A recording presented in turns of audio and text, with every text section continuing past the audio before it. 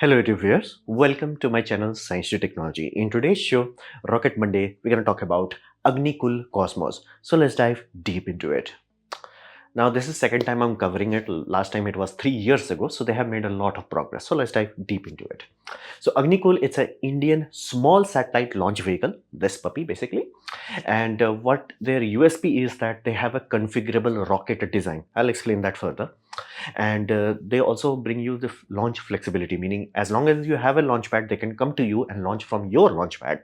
So depending on which coast of the country you are in, and if you have a launch pad nearby, they can come to you, right? Rather than you shipping an expensive or proprietary satellite, you can just call them. So they have a lot of launch flexibilities and fairly young team, so to say, and they have 250 people. So significant size, and they have a lot of new technology. So thankfully this is not a rocket company that is like 1970s technology. So it has actually some new technology, and 3D metal printing is their core advantage, so to say. So this is AgniKul. So let's dive deeper into it. So what about their philosophy? Now philosophy is very simple. In 2017 when they gave the first interviews about this, it was very clear. So space at that point in time was a scenario where you can get to space very cheaply, like going on a bus, but problem was bus was not full, so you had to wait for bus to fill up, then you launch. They are providing a cab service where it's like you pick a phone, they come to you, you launch, done. So it's basically working on your schedule. If you want to see a economical parallelness to this, look into Rocket Lab's Electron rocket, similar philosophy, so to say. Now what they are doing, and that is completely unique, is that they are only asking you to pay for what you are launching. For example, let's say this rocket is capable of putting 150 ton to low Earth orbit, 150 kilograms, sorry, 150 kilograms to low Earth orbit. But here's the deal, what if your payload is only few kilos? Let's say it's 5 kilos or 10 kilos, which you may think, oh, that's too little. No, that's more than good enough. That's like bigger than most CubeSats.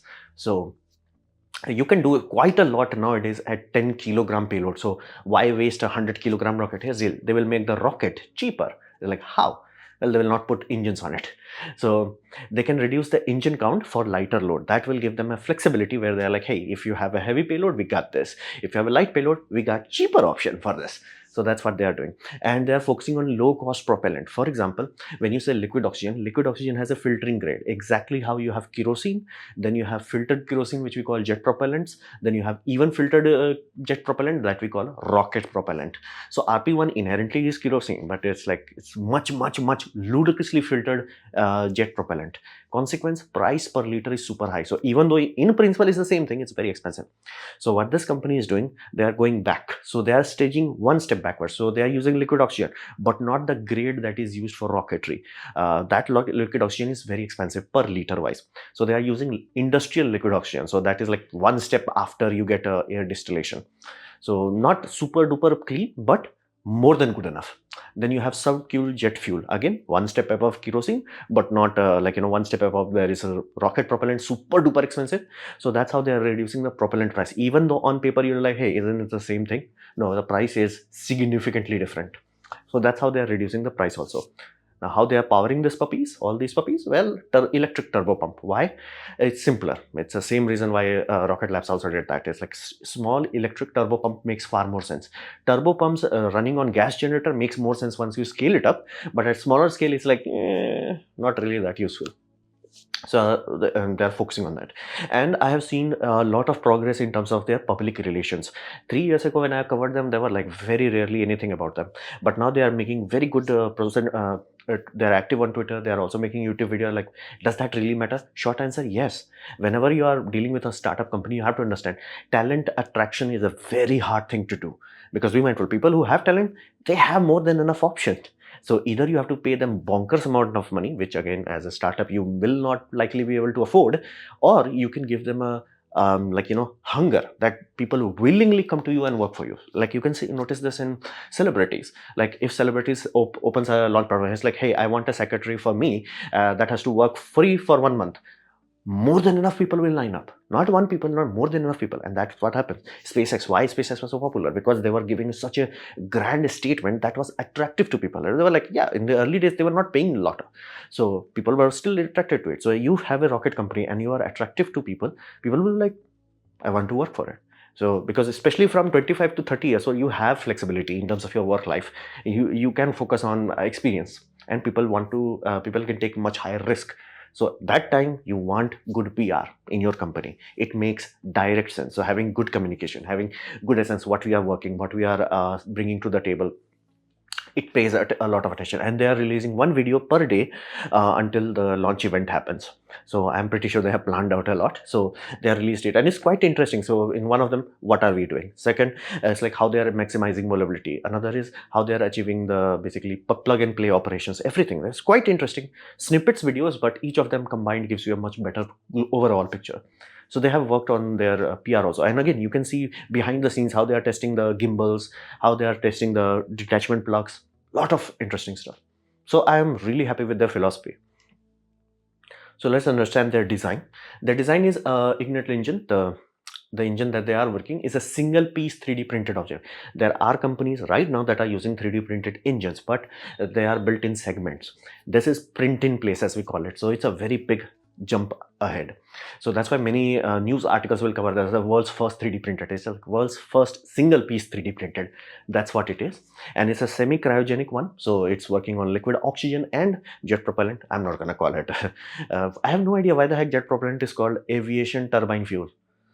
So jet propellant one, and it has battery powered turbo pump, exactly like Rocket Labs. 25 kilonewtons of thrust at sea level. So the specific impulse is kind of low, 285 seconds. Again, to be expected when you have dirty oxygen and dirty fuel, and not to mention you're not going bonkers in terms of turbo pumps. So to be expected.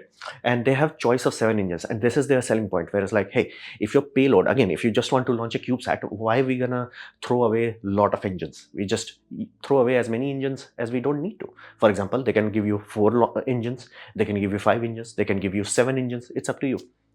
So this allows them to maximize yield and reduce wastage. That will directly translate to cheaper price. So it was a very unique approach, and again, because they are relying on battery powered system, it's kind of easy also electronically to integrate all of those. And second stage is basically like a Falcon 1. So 1 engine, this puppy, and much larger vacuum optimized nozzle, and benefit 355 seconds of specific impulse. So this is what their design is. However, even though this company started in 2017, the world has gone through what we call paradigm shift, meaning the equations have changed. So in that time, when they were talking about, they were comparing normal space industry with bus, and they were providing cab. Now here's the deal, what is better than cab? Metro. Why? Metro will come quicker. Because let's say if a metro service is regular enough, it's every 10 minutes. So you are, rather than waiting for 20 minutes for your cab to come to you, you can literally go to your destination. And that's what's happening with SpaceX. SpaceX launch cadence is ludicrously high. To give you a the context of what kind of stupidity we are talking about, they crossed in 2022 almost 1 launch per week. Like in 2023, they were launching 1 rocket every 6th day. Not 7, 6 days. They had more than basically 40 launches, more than 50 launches, around 90 launches if I'm not mistaken. So bonkersly large amount of launches happening, meaning you no longer have a selling point where it's like, dude, the bus is like, you have to wait for bus. Like bro, bus is quicker than you. Like if the longer time it will take for your cab, I have to book the cab come to me. It's like, bro, it's here. I'm gonna jump and here's the SpaceX does not sell it. What SpaceX does, sells it to subsidiaries, so to say. Subsidiaries is the one who's collecting all the environment, and they also have a lot of bidding processes where they're like, hey, you can pre-book it, and benefit is low cost. You get very low cost, and other time is like, hey, I really need it now. Then they have last slot, exactly like how airlines does. So airline booking just before launch, flight takeoff is very expensive. Same thing. So metro system is kind of defeats all the purpose of cab. So that happened. Like SpaceX reached a cadence that was unheard of. Like nobody was even imagining this is gonna happen, and they did it. Happened past tense. So that creates a very serious issue. They have way too many big rockets flying way too frequently. And this is single player game right now. Imagine what will happen if Blue Origin gets into it. And Jeff Bezos is a guy who has deep pocket, and thou shall respect deep pockets. So that creates a scenario where it's like, what is the benefit of having all the small rockets? It's like they can give you cheaper, quicker, then what do you have to offer? So now time to orbit is less than a month. Even in these things, you can achieve, like if you plan it properly and if you have like a good contacts, you can reach surprisingly quickly. And oh, by the way, there is also another aspect of your insurance premium. Like if you are launching with Electron rockets, your insurance premium is like low. If you are going with SpaceX, it's very low. Going with let's say Firefly, it's kind of high. Going with Astra, most insurance companies like, nah, bro, they already failed 4 times. We are not trusting it. So that's also plays another role. So in this small satellite launch company, every company has realized that. So the only way is to scale up the rocket itself. Economics of scale helps you in this. Meaning, if you scale up a tank, what happens? Surface area goes up by square, but volume goes up by cube. Meaning, for less material, you're gonna get more propellant, more oomph. And again, you have to block out the area. You have to do launch licenses. You have to pay your employees per month. So it makes more sense to get more done as quickly as possible. So speed and scale pays in SpaceX favor. So SpaceX can literally flood the market, which they are doing. And other companies, they have to really scale up very quickly as possible to larger rocket. For example, Rocket Labs, they are working their ass off to go to Neutron because they know that Electron is not gonna be there for a while. Like if they rely on Electron itself, even though this is a successful launch, they have been flying, they're not gonna get clients for way too long. So Neutron is their gamble. India has a small satellite launch vehicle. The launch gap between one launch and another launch, 100 launches happens here. Astra already reached for bankruptcy and they are like, they bought it back again, trying to do it again. Firefly, again, they also had issues. So we have a very small pie left and too many players are in there. So road ahead, the world has changed. That's why I said the paradigm shift has already occurred. So people who have big rockets have some probability of standing and stroke space. They are trying to have a small rocket which has second stage that is also reusable. Again, that's a unique selling point. Electron, they know for a fact that even if they recycle it, booster, it's not that much expenditure. That's why their main bet is on Neutron. And they are slowly working on. But what about everything else? That's the issue. So road ahead is very tough because now your taxi services has to compete with a metro service. It's not economical. So what about the future? Well, here's the deal. When you are watching this video, I am hoping, knock on wood, is that they must have done their first suborbital launch. They delayed it when I'm recording this video because they had some doubts. So again, it's sometimes they do this scrubbing. So it was scrubbed, but they should have, when you are watching this, they should have done their first suborbital testing and hopefully it would have been a success and they would be celebrating right now. I'm hoping for that. I do want this team to succeed. And that being said, the road ahead is very tough for them because we have to mindful. When you see Astra blowing up 4 times and you see SpaceX blowing up 4 times, they are not the same. If Starship blows up even 5 times or 10 times, people will still trust it. Why? Because it's a quantum leap. There is nothing that even comes close to it. Falcon 9, when they were trying to do something bonkers, nobody was trying it. It was a quantum leap of its time. So fundamentally, when you are taking a quantum leap, people are more forgiving. It's like, okay, you are genuinely trying to do something bonkers. Okay, let's see what happens. But when you fail on, like, let's say Astra, dude, are you really failing on building a simple rocket that actually just goes to the orbit? You're having a hard time. So you see, that's the issue here. So all the new companies that are coming right now, they no longer have that leeway that early companies had, like Electron rockets had. They no longer have that leeway because again, that company is already sorted. Already a mature company. So new companies, and again, the pie is very small and way too many people are fighting in that pie and only few people have enough genuine unique selling point and others are working their ass off to scale the rockets. So very small slice of pie.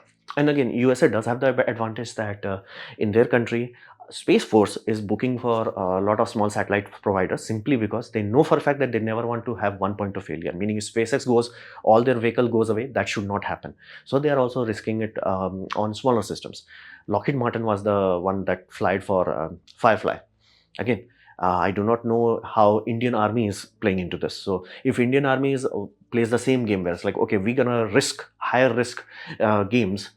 And again, if it works out, then they will have multiple launch providers. I do not see that happening yet. So road ahead, let that be very clear. The AgniKul's road ahead is very tough. I do not envy their position. They are fighting an uphill battle and they are running out of time. So it's genuinely tough battle. So they have to scale up. The moment, let's assume they have the first suborbital, then they have few launches, but they have to scale up very quickly. Thankfully, it's a liquid system. They can scale it up. It can be done. So that's good. And if they do develop the R&D of gas turbine generator, it is very complex technology. There are only few places on this planet that can properly develop gas turbines that is working on a rocket exhaust level. Very few places. And that technology has enough spin-off that just by doing that, you can have enough industries where like oil and gas industry is like shut up, take money. More than enough spin-off is there. So their future is going to be tough, but I wish them all the best. And I'm really hoping by the time you are watching this video, they have at least done the suborbital flight properly. So this was my presentation on AgniKul Cosmos. Hopefully you have liked it, learned from it. In that case, please click the like button, share it amongst your friends. That will help me a lot. If you didn't like it, didn't enjoy it, I urge you to press dislike. Press it twice to show me extra disappointment. Please leave a comment because I do try to reply to all of them. Subscribe, press the bell icon if you're free. And as always, thanks for watching.